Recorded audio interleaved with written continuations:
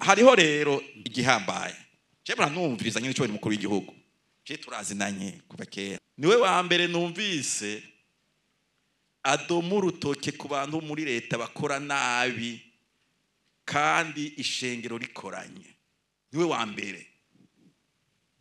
Iyo ni intambwe kuko kenshi ndababwire kuko tuvuga mu Kirundi umwami yicwa n'abagabo kandi umukuru w'igihugu aruhishwa nabo bafatanije nawo mufashije.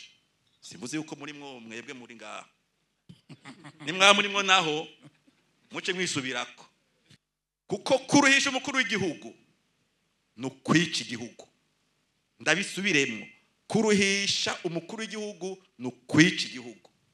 Wagiye mu kibanza wagiye ngo muzanire ivyumviro bifatiye ukubaka ndi wagiye yo guze kurondera ingene wewe uyita ikigangi abita ibigangi waje kugira ngo mufashe kugira ngo umugambi Imana ishaka kurangura ku gihugu iwurangure. Abantu rero tubiye yuko iki ari ikimenyetso gikuru Imana duhaye duhura tuvugana neza tuvugana cyane neza kuri ibibazo bikomeye. Iki kibazo cy'ubumwe mu Barundi.